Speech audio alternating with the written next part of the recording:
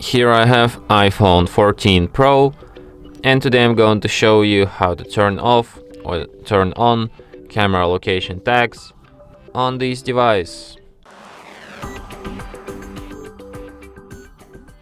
So to do this, firstly you have to go to settings, then go to the privacy and security, location services, and go to camera.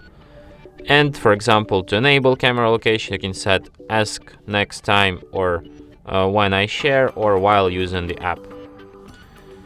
And that's how you can enable camera location, basically.